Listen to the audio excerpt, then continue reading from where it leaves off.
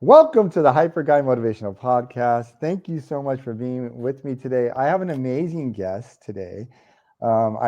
He's about, I would say, probably about 3 months in the making.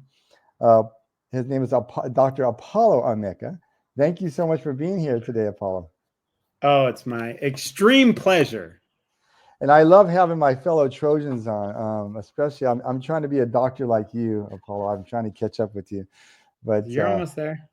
I want to extol. I'm going to go ahead and extol your virtues first. Um, Apollo, you are a strategy and leadership consultant, and you've worked with Fortune 500 companies, and you've actually helped build some of these companies. You're a former Green Beret Special Forces for about 12 years, managing director of Apolly Strategy Group. You're a former intelligence analyst for the FBI. I always have to put this in. You're a father of two. That's probably one of your most important jobs, correct? I love it. I love it. Yeah, you have a BA in sociology from USC. You graduated with honors, and you have your doctorate in education in policy, planning, and development. Did I miss anything? You didn't. It's actually it's out of the policy school. The doctorate is. It's a doctorate of Oh, policy planning and development. Yeah. oh, Um, so are you out of Price? yeah. Exactly. No way, Exactly. that's amazing. Oh, that's amazing. I have a Yeah. master's from Price, so Oh, cool. I Okay. actually love the Soul Price School. So it's one of my favorite schools. Yeah, we met at the School of Education event, but yeah, I was a crossover from Price on the So policy I school. wanted to ask you a little bit about, you have a very interesting and a really amazing story. And when I heard your story and I was doing some research on you, um, you're quite a success story in a lot of ways. And what was it like growing up for you? What did you grow up, first of all? Oh man, this is I just turned 40 last month, and I think it's caused me to reflect a ton. So I was kind of knew my story was unique even a little bit while it was happening, but now I'm just like, I look back, and again, like you said, raising kids of my own now, I'm like, oh my gosh, how did that work? How did that how am I where I am? Um, so my background, I grew up in the Northwest primarily, in and around Seattle. Um, Grew up pretty broke. Um, and I was the youngest of four boys, and I was the youngest by a lot. So my parents, who got married, my mom was white and my dad is black, and they got married in the 60s before anti-miscegenation laws were passed. So it was still illegal in a bunch of states for them to be married. And I think it's kind of a defining characteristic of their lives in a lot of ways. And so I don't know that they were traditional kind of hippies, but they were hippie-ish, hippie adjacent, if you will. And so there was a lot of kind of nonconformity in my household growing up. My next oldest brother is 11 years older than I am. And so my brothers were 11, 13, and 15 when I was born. And it's funny because people are always saying, oh, Apollo, the Greek god, or Apollo 13. But my teenage brothers loved Apollo Creed. And when I was born, that's how it was named. And that's kind of like, yeah, my parents were like, yeah, okay, whatever, sure, yeah, why not? And that's kind of how my whole upbringing was yeah, okay, sure, whatever, yeah, why not? So I didn't go to much school beyond fourth grade, because one day I came home and I was just like, I hate school. And my mom was like, oh, we're thinking of homeschooling you. And I said, oh, for fifth grade, I could just not go back to school. And she said, you don't have to go back tomorrow. And my mind was blown. And so, yeah, that's it. I mean, like, I finished out the week, and then like Monday rolled around and I didn't go back to school, and they couldn't get me to do schoolwork either. So I didn't do a lot of schoolwork. And then fifth grade, summer came and my friends got out of school, and I was so happy to see them. And then I was like, I need to go back to school, socially, educationally, and all. Like, I just need to go back. And so I went back to fifth grade.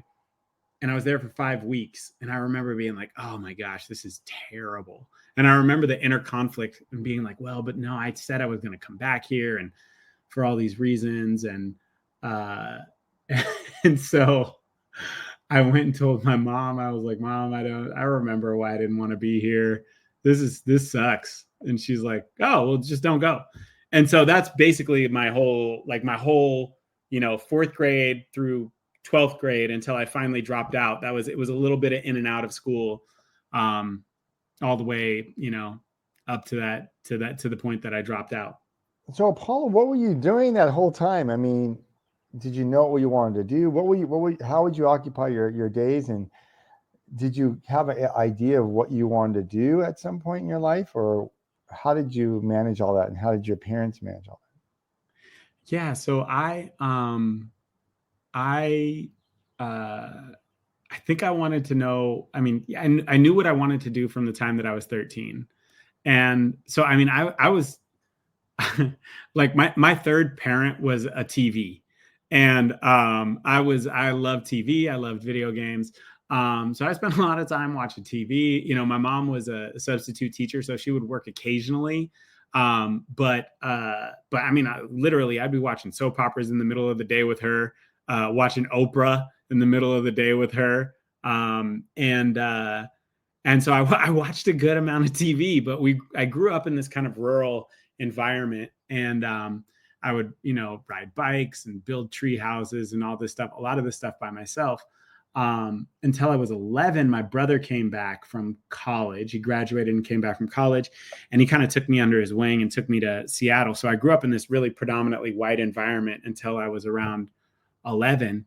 And then I started hanging out with my brother, who, when he graduated from college, was doing these theater programs in Seattle with kids from the projects in Seattle. And so I went from being in this super, predominantly white environment where I was like the black kid in class, and we were like one of 4 black families in our town and super recognizable, to being like, with all these kids who were growing up in the projects. And so I would do a lot of theater programs and just kind of hang with my brother. And getting back to the TV piece, I watched a lot of Saturday Night Live and Mad TV, and X-Files. And so my dreams were either to be in the FBI because of the X-Files, or to be on Saturday Night Live because I love Saturday Night Live. So then what made you, when you turned 18, did you have your high school diploma? How did that work out? And then what did you end up doing at the age of 18? Did you leave home? What was that transition like for you? Yeah. So actually I was 17, and again, I had been kind of bouncing in and out of school. I was doing some community college stuff. And then my mom got diagnosed with pancreatic cancer when I had just turned 17. And, I don't know if you know anything about pancreatic cancer, but it's super hard to detect. And it's really, it's not a good prognosis for most folks, especially back then. And so she died 5 months after she was diagnosed. And I was not a strong student up to that point. I didn't have really solid habits. The same thing with school. In terms of stepping away from school, I would step away from basketball, like in the middle of the season, baseball, soccer, everything that I tried, I basically would get tired of it. And my parents would just be like, yeah, okay, well, just stop. If you don't want to go, don't go. And so when she died, I was really like in a tailspin. And didn't have kind of, again, like habits and routines and skills to lean back on, to fall back on. So I was like, oh, I need to put myself in an environment where I'm going to get some skills. I'm not going to be able to get to the FBI or Saturday Night Live or whatever with these habits and these skills and, being a high school dropout. So at 17, my dad signed for me to be able to join the military. And at 17, that's what I did. And yeah, I went into the military as an intelligence analyst because the recruiter told me that would help me get into the FBI. So what was that like? What branch of the military did you join then? Can you tell me what that process was like for you when you how was it going to boot camp, and how did you make it through that boot camp? Was that a difficult process for you? Because you went from a lot of unstructured to very structured. Yeah. Um, no, I think, so I was 17, and I remember that I had to get my GED in order to be able to get into the military. And so that was probably the most anxiety inducing part of the process was, am I going to be able to pass the GED? Um, and I did, I guess, I mean, I did well enough. I think I did well, if I remember, and I did definitely well enough to get into the military at the time. I remember my mom talking about the National Guard, and she thought the National Guard was really noble because it's like, oh, you're a citizen soldier, and if something is, if something's popping off in your on your homeland, then you rise to the occasion, whether it's a flood or a fire or whatever. And so she thought that was really noble. And so I was like, okay, I think she'd be cool with this. And and this was right after 9/11 happened. But I was like, man, we got presidents that joined the National Guard to avoid war. So like, I'm not going to war. I'm going to be like, dangling from a helicopter, rescuing somebody off of a rooftop who's, in a flood or whatever. And so I was like, okay, yeah, National Guard, that sounds good. And then I got in, I passed the GED, went to boot camp, and I remember a drill sergeant saying, "Oh, who raise your hand if you're in the National Guard or the Reserve?" And raise my hand, and like, y'all think y'all not going to war? Y'all think y'all not going? Oh, we all going. I'll see you over there. We all going. And I was like, man, that guy doesn't know what he's talking about. And then, like, 16 months later, I was in Iraq. So yeah, like, yeah, we all went. So that was my first time overseas. Was back, like, pretty shortly after I got in. And what was that experience like for you in Iraq? I assume when you first went over, did you go in as an intelligence officer, and then later on, how did you transition to the Green Berets? Yeah, so that, it was life altering. Going over was life altering, and I did go over as intel, and specifically as a strategic intelligence analyst. And so, the perspective that gives you is just, it's really wild. I guess actually to step back a second, going through basic training was kind of like, it was honestly kind of refreshing, because I just didn't have any discipline or habits, like good habits growing up. And so, and I shouldn't say any, there was a lot of stuff that I knew how to do that my peers couldn't do, like navigate public transportation at the time that I was 8, talk to adults, like engage with customer service. There were a lot of things, critical thinking. There was a lot of stuff a lot of skills that I had, but they were not the kind of skills that the world is looking for a 17-year-old kid to have. And so, the things that people would expect from you, that you show up at the right time in the right place, and again, have that kind of pedigree of, okay, you graduated from high school and you're going to college or a trade school or a job or whatever. I just didn't have any of that. And the first academic program that I ever graduated from was military intelligence school. And part of the creed of an intelligence analyst is to find, know, and never lose the enemy. So, I know that your doctoral work has to do with empathy in policing.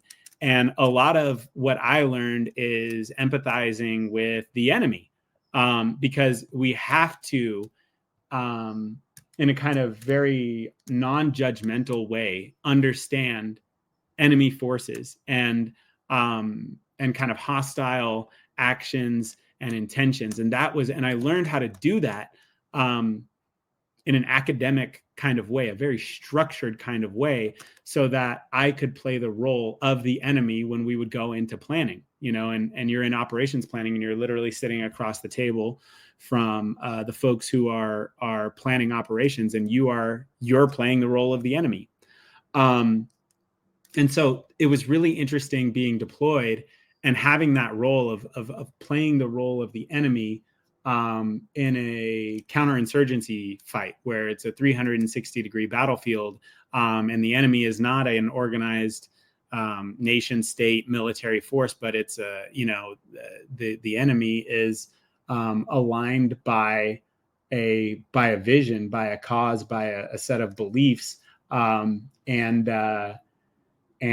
was integrated into the population, and so it was very, very wild applying what I learned academically as an intelligence analyst to this 360-degree battlefield, and trying to empathize with folks who were trying to kill me and my buddies, and that's so that was like my first job. Really, I guess I was a camp counselor actually when I was 16 at an arts camp, but my first real job was trying to understand and empathize with folks who were trying to do me and my buddies harm, and so it was just a really wild. It was a really, really wild experience for a teenager. And I was able to do some really cool work. And I think some kind of, a lot of life-saving stuff. I'm really proud of the work, although obviously the Iraq War doesn't have a great legacy. I'm proud of the work that I was able to do over there. And the small impact that I was able to make from the position that I was in. But it made me also realize that as a junior enlisted person in the military with a GED, I had so little power. The things that I was able to do over there were because of those skills that I talked about before, of critical thinking, understanding how to build relationships with people. But the people who were making all the decisions were the folks who had all the habits and all of the credentials and all of the pedigree that I didn't have. And so it was there in Iraq that I said, you know what, I need to get a doctorate. I need to get a terminal degree. So that way I'll never be kept out of a room or silenced because I don't have the credentials or the paper. So, that was a little bit misguided at the time. It's credibility comes down to more than credentials, but that was a big seed that was planted that I planted in myself, I guess, at that time. And what was going through the Green Beret recruiting process, and what was the training process? I know it's very arduous.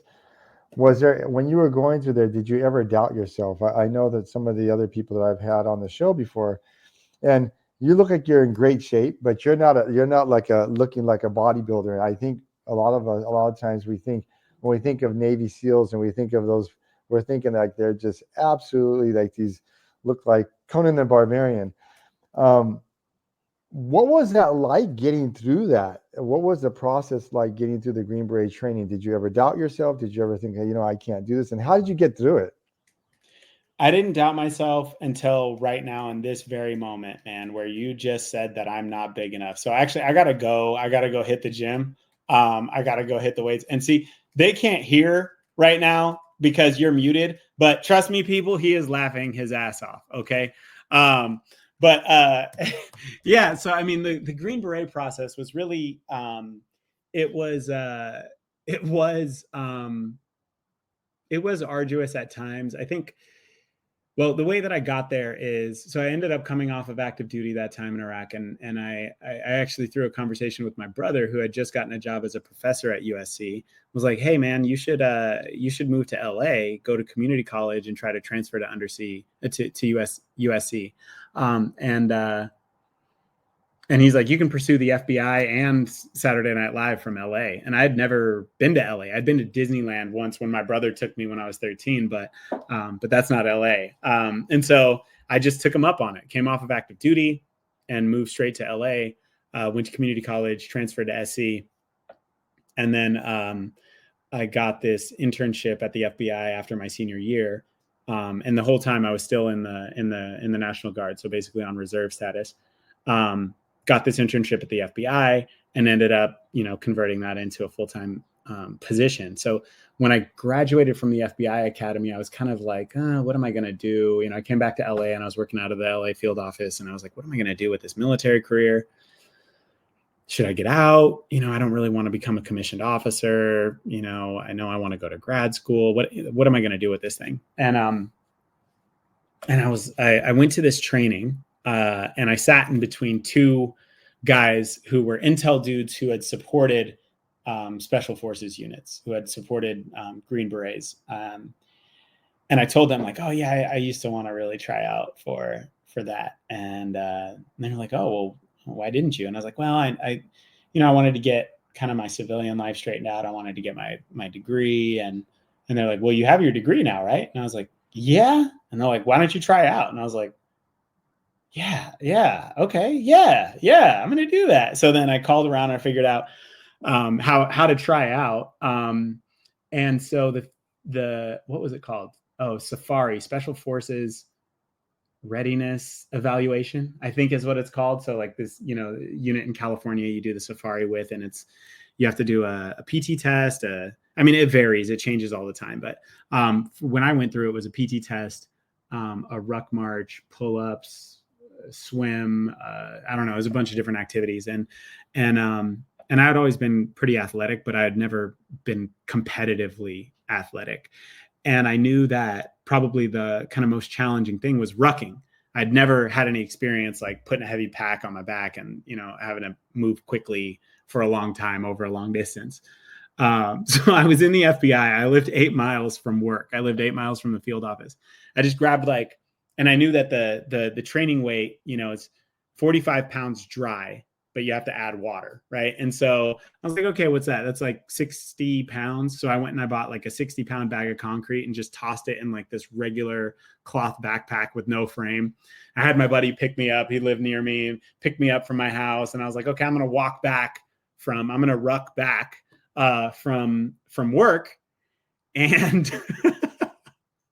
to ruck back from work. And this is going to like be my test. It was 8 miles. This is going to be my test to see like, am I going to be able to do this?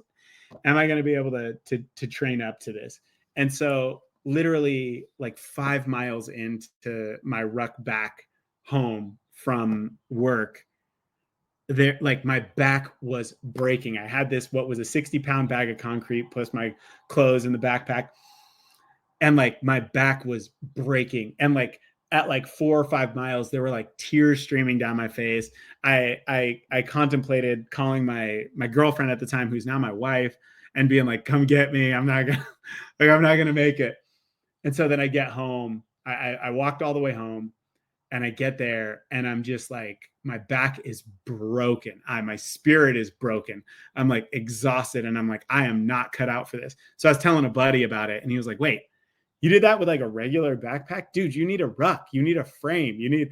And so like he dropped his ruck off and I tried it again. And I was like, oh my God, this is so much more manageable.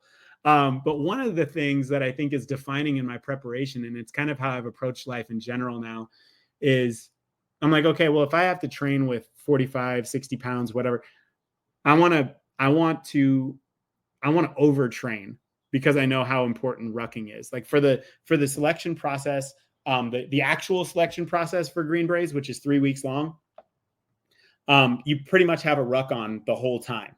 And so I was like, okay, I know that I have to be good at that. So I was like, all right, I'm going to train at 70 pounds instead of 60. And instead of hitting 15-minute miles, I'm going to aim for 12-minute miles. And so I had my 60-pound bag of concrete and all this stuff. And so I started where I would ruck to and from work 8 miles, 2 to 4 times a week. And I got really fast. And then I finally measured my ruck and it weighed like 104 pounds. And so I actually was super overtrained. So then when I went to selection, I just crushed it. Out of like 600 dudes, I think I came in like 12th on the ruck or something like that.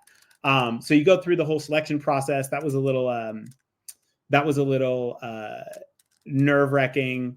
That 3-week selection process. I did a bunch of stuff that I've never done before, like land navigation, where they just, you start at night and you're by yourself. You can't use flashlights. You have to avoid roads. And then you have like 10 hours to find a bunch of points just using a compass, while again you've got 60 or 70 pounds on your back, traipsing through the North Carolina wilderness. And so, being alone at night and hearing stuff go bump in the night and not knowing where you are, and falling and getting cut up by sticker bushes and having to wade through rivers and all of that stuff was it was defining stuff.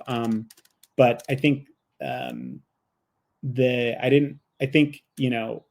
I also, again, I wanted to be on Saturday Night Live. So there was a couple times at selection where my mouth got me into some trouble, joking around at the wrong time. But I think,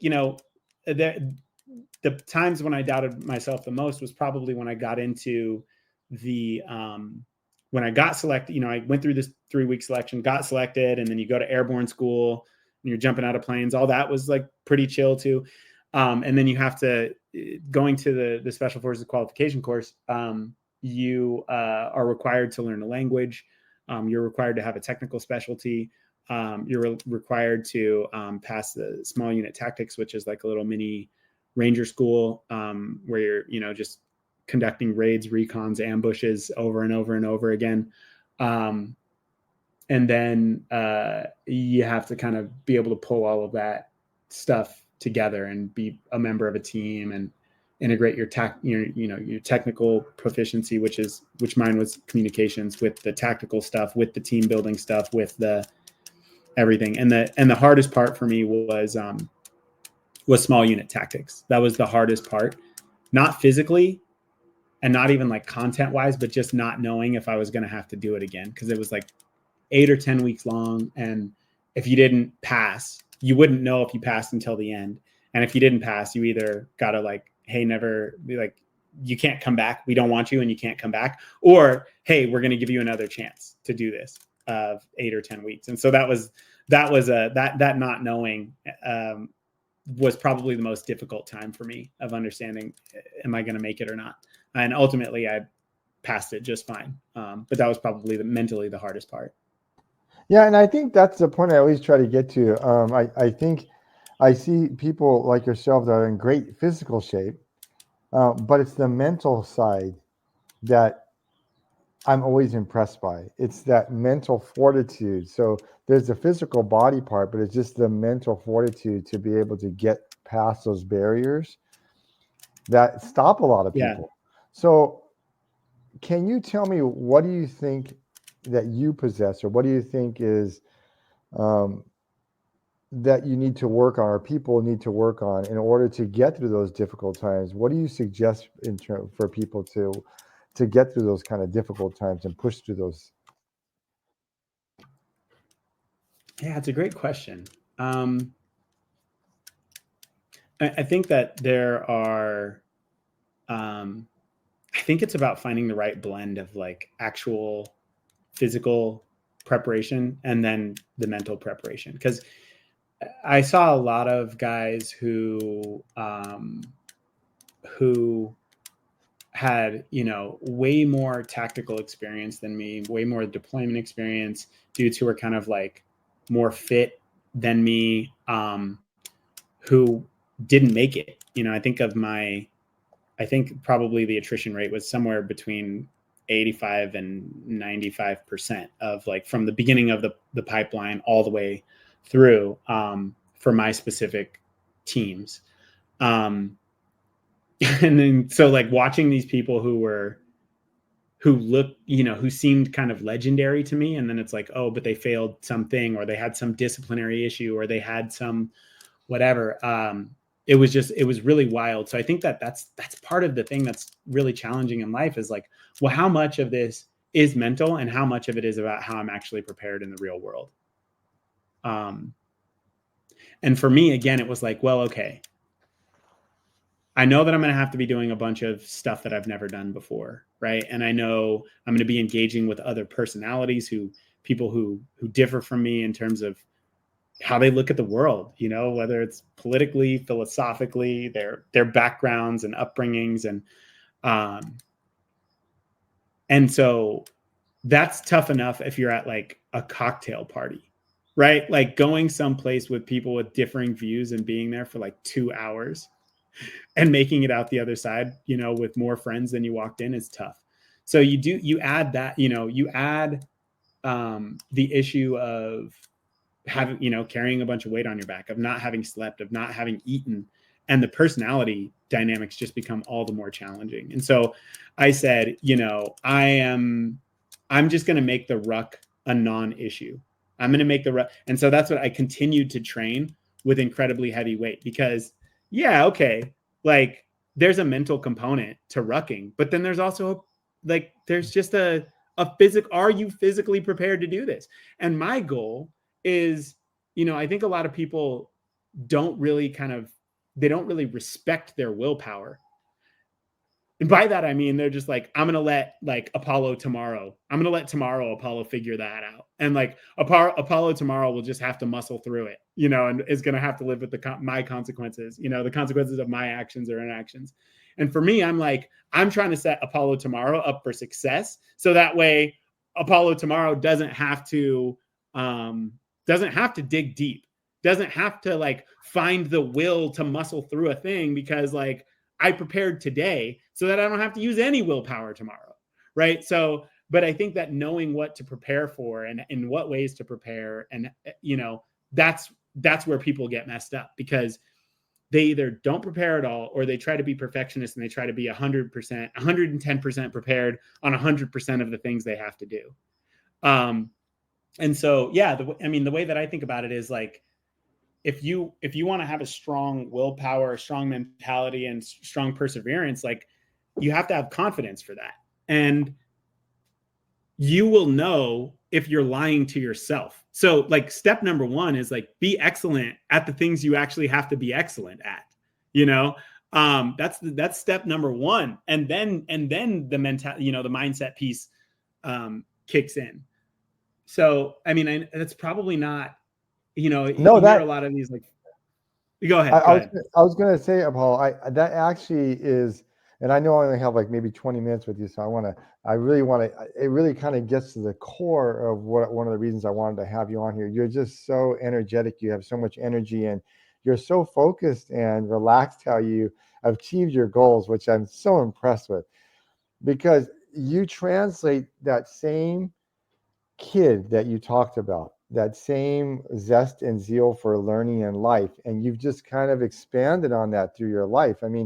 You went from going to USC, it's one of the best schools, from getting a GED and not really going to school, and then going to the military and not knowing what you want to do, and then you go get a doctorate. And then now you're out there consulting Fortune 500 companies and building your own businesses, these successful businesses. And it comes down to what you were saying, preparation, but also you were preparing the physical part of it, but the mental part of it, but in totality, it's the preparation that you've done, but it's your mindset. Your mindset is hey, how can I prepare, and what do I need to do? And I guess that's the question I have for you is, did you use those same skills? And it seems like you are, and I want you to clarify it some for me, is what those skill sets, the skill sets that you brought from the military, and then and going to the Green Beret and getting your BA, is that what pushed you also to doing what you do now and being so focused and getting your doctorate? Yeah. Okay. First, let me dispel something here. When I talk about preparation, I'm really big on identifying, what matters most. Cause I am not the person who, I don't do a lot of things way in advance. I don't do, I am unfortunately good at winging it. And so there are a lot of times where I'm like, oh my gosh, it's 10 minutes before some big meeting or 10 minutes before some presentation. And I'm like, man, why didn't I work on these slides more? Or why didn't I have slides at all? Or why didn't I, so I just, again, I want to dispel the myth that folks who, come from special operations background, or who have these, who have terminal academic degrees, are just always, doing their homework Like I do not always do my homework.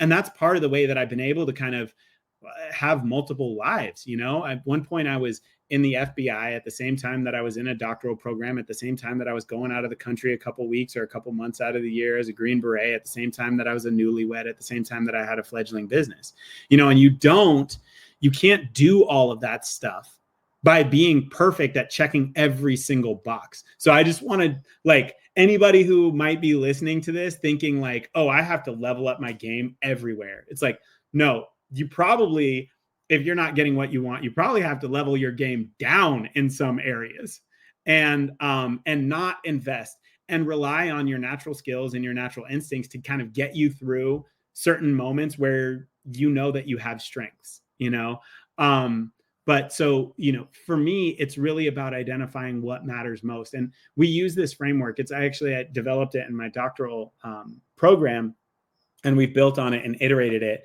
in my business over the last couple of years.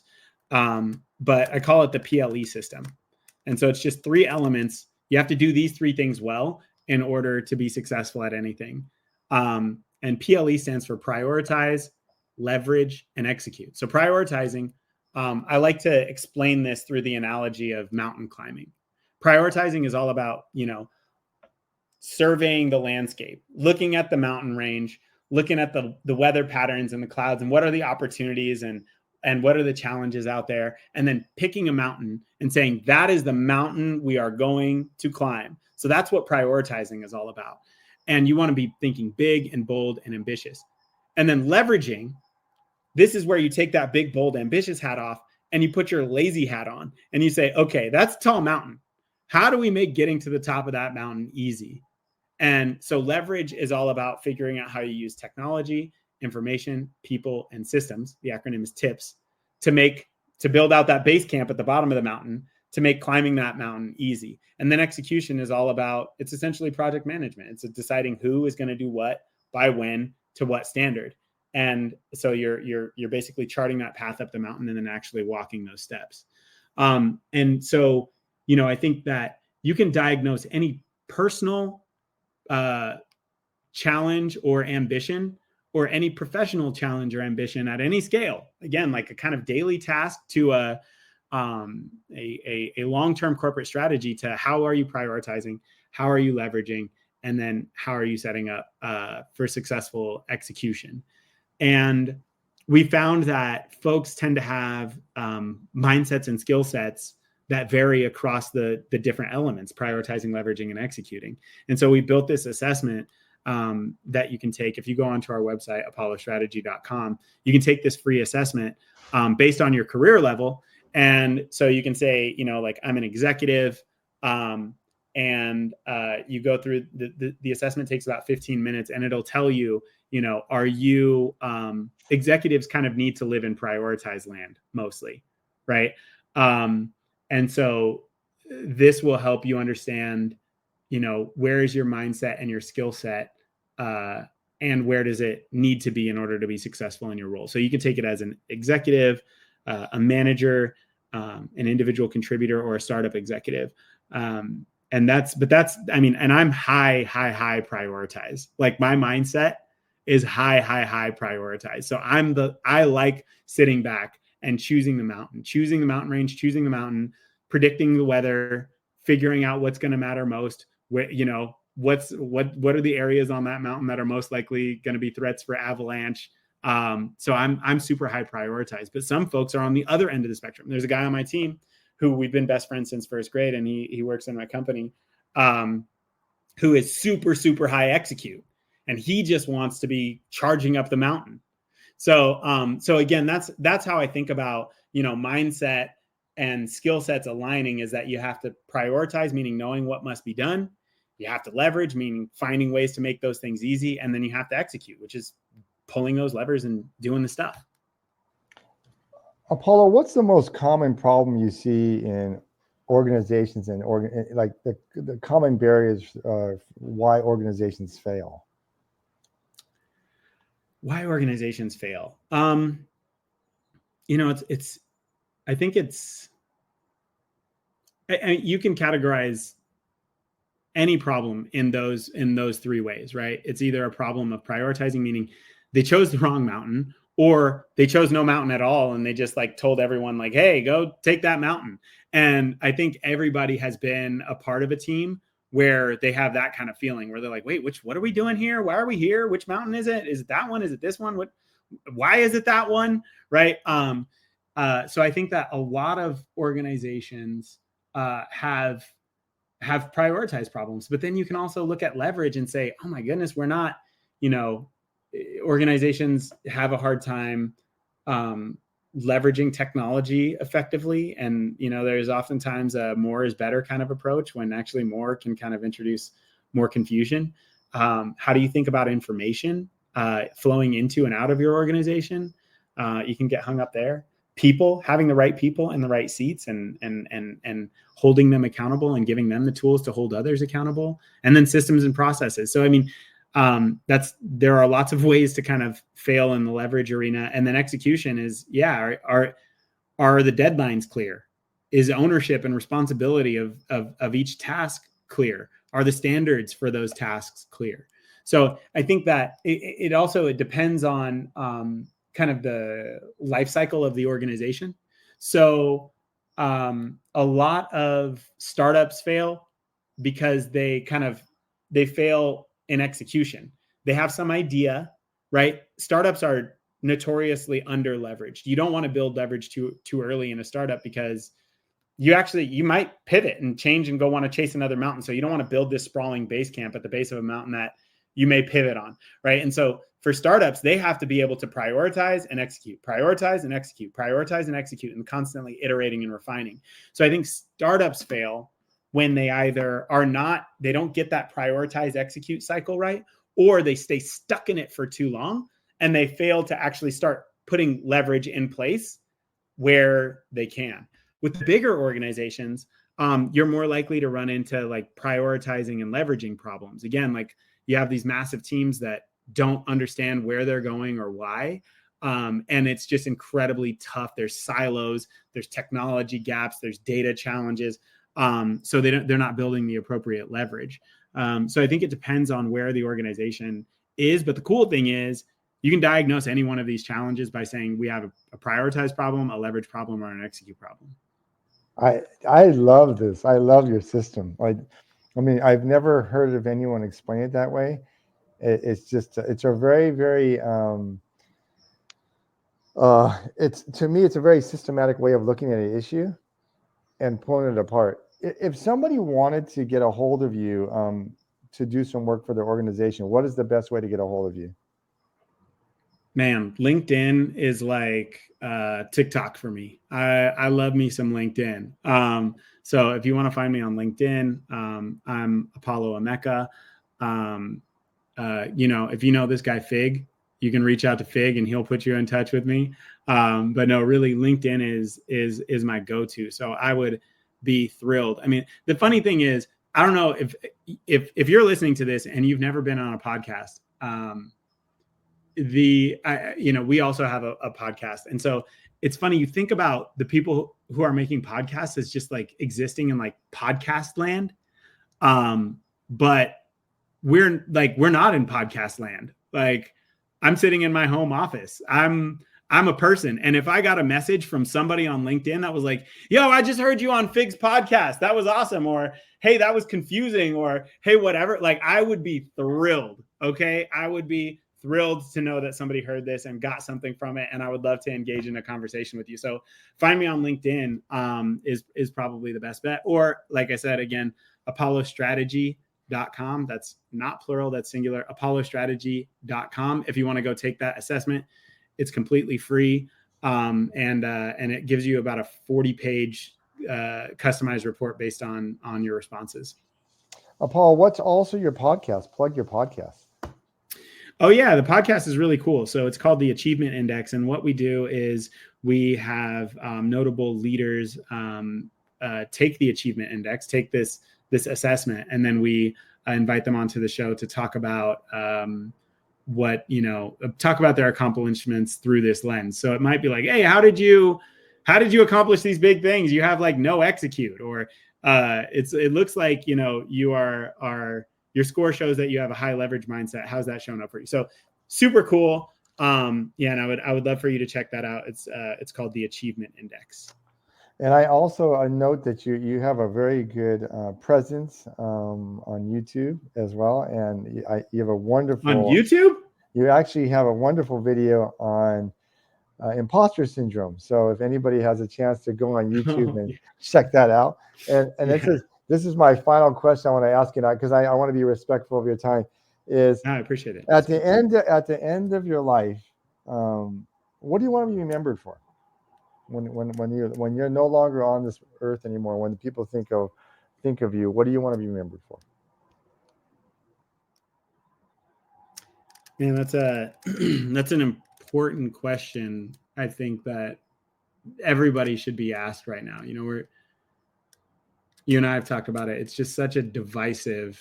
I feel like as human beings, we're seeing the humanity in each other less and less and less, and that's why, again, I love the focus of your doctoral work of focusing on empathy, and I think that you know, for whatever problems that we have in the world, people are the answer. People are the solution, and we've got to be able to see the humanity in one another. So I guess at the end of my life, I would hope that people saw me as someone who brought folks together and who helped, who helped expose the humanity of people from all different backgrounds and beliefs. Paul, thank you so much for being here.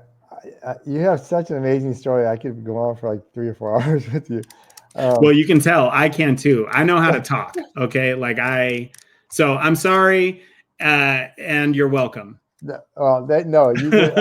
did such a fantastic job. I'm so inspired by you, because I think a lot of times people feel as though that you have to follow traditional paths to success, and you've achieved so much, and it's a very untraditional way how you did it, and it's just a great story, and you're so successful, and you have a wonderful family.